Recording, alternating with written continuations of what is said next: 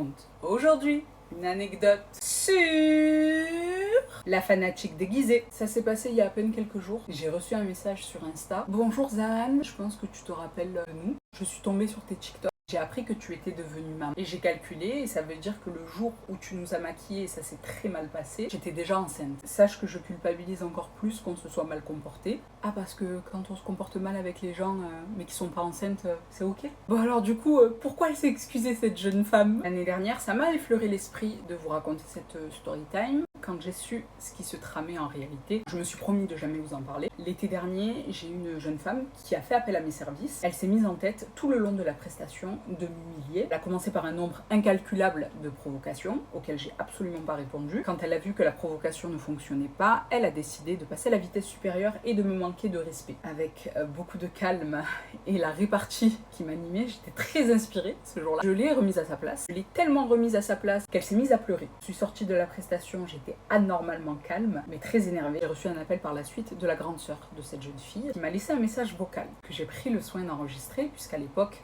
cette jeune fille me menaçait de dégainer ses réseaux sociaux pour aller chouiner en disant que je l'avais fait pleurer. Dans ce message vocal, elle me dit « Bonjour Zahane, je suis la grande sœur de machin. J'ai appris ce qui s'était passé. Je veux que tu saches que quand j'ai su qu'elle voulait te prendre en maquilleuse, j'ai demandé à ma mère qu'elle la force à t'annuler parce que je savais exactement ce qu'elle allait faire. Sauf qu'elle avait dit à ma mère qu'elle t'avait annulé et qu'elle avait pris quelqu'un d'autre. Ma mère, quand elle t'a vu arriver, elle sait pas du tout à quoi tu ressembles. Elle s'est dit c'est l'autre maquilleuse. Je sais que ça peut être très dur à croire, mais ma petite sœur, elle est fanatique de toi. Qu'elle connaît par cœur tes story time. Quand elle veut nous raconter un truc, elle nous dit je vous raconte. Sur le groupe WhatsApp de famille, à chaque fois elle nous envoie tes tutos, elle nous dit regardez comme elle maquille trop bien. Si tu veux, je peux même t'envoyer les preuves. Elle a jamais eu d'accent marseillais. Depuis qu'elle regarde tes vidéos, carrément elle parle comme toi. Donc elle s'est mise en tête que le jour où elle te rencontrerait, elle ferait tout pour que tu fasses une story time sur elle. Là, c'est exactement ce qu'elle a fait. Elle a été extrêmement maladroite. Je suis pas en train d'essayer de lui trouver une excuse. Je suis juste en train de t'expliquer qu'elle a essayé de te piéger. La psychiatrie, la psychiatrie. À l'époque, j'avais l'impression d'avoir affaire à une grande sœur qui essayait par tous les moyens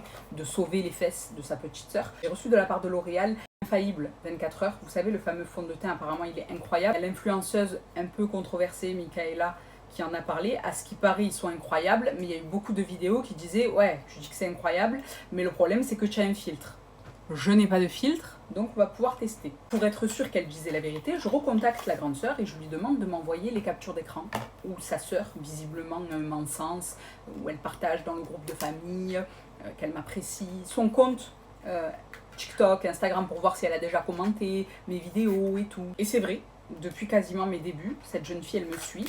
Elle partageait tout le temps. Elle disait d'ailleurs beaucoup de bien à ses sœurs sur moi. L'être humain que j'ai eu en face de moi l'été dernier, les gars, c'était une haters. Je ne vois pas autrement. Impossible, c'est quelqu'un qui m'apprécie. Alors oui, c'est sûr et certain, je vais me rappeler d'elle. Demain, je la recroise dans Marseille. Je sais exactement à quoi elle ressemble. Vu comment tu m'as manqué de respect, je te garantis que je me rappelle de ta tête. Et pas en bien, en mal. Quelle est la plus-value? Je comprends pas. J'avais aussi demandé d'autres preuves à sa sœur. Parce que comme c'est une grande famille à Marseille, je sais qu'ils avaient peur que si ça sorte, c'est la honte, la vérité.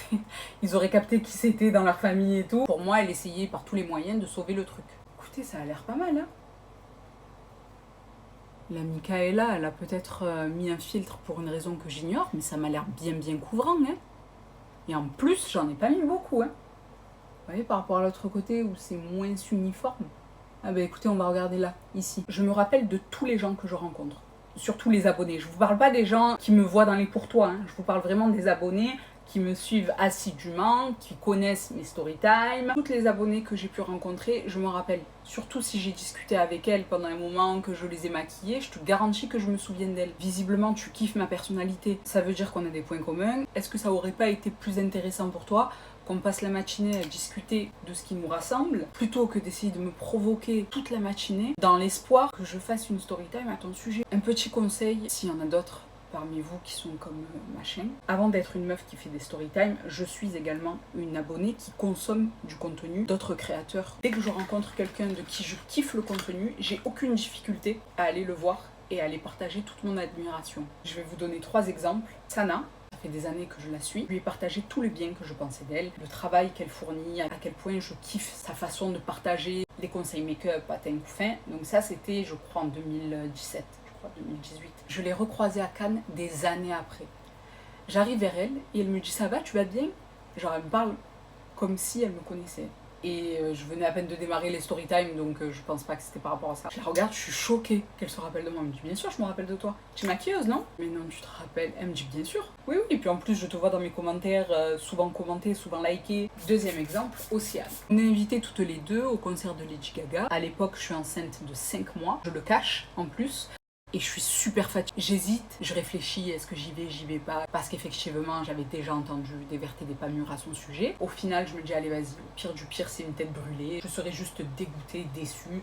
Je me désabonne et basta quoi. Elle m'écoute attentivement. Je lui dis tout le bien que je pense d'elle, que c'est une bosseuse, qu'elle travaille dur et que ça se ressent. Je triche pas, hein. Je dis vraiment ce que je pense. Elle me laisse finir.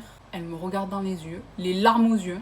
On est en train de parler d'Océane, à 2 doigts de pleurer. Elle me dit, tu n'as pas idée, surtout en ce moment, ça a un impact tellement positif, vraiment tu n'as pas idée. Alors merci beaucoup. Et la troisième personne, je pense que j'en ferai carrément une story time parce que c'est vraiment quelqu'un de controversé et je vous ai toujours dit que moi je me faisais mon avis toute seule. Je me base tout le temps sur le comportement des gens avec moi dans la vraie vie. Des personnalités sur les réseaux que vous adorez et à titre personnel, je peux pas me les saquer mais j'ai beaucoup de mal à les apprécier parce qu'ils se sont super mal comportés avec moi. Et à contrario, il y a des gens que vous détestez, mais ces gens-là, je vais toujours les kiffer, parce qu'avec moi, ils se seront toujours super bien comportés. On est tous le compte de quelqu'un, finalement. Mais bon, l'idée selon laquelle je veux marquer les esprits en étant irrespectueuse, jamais.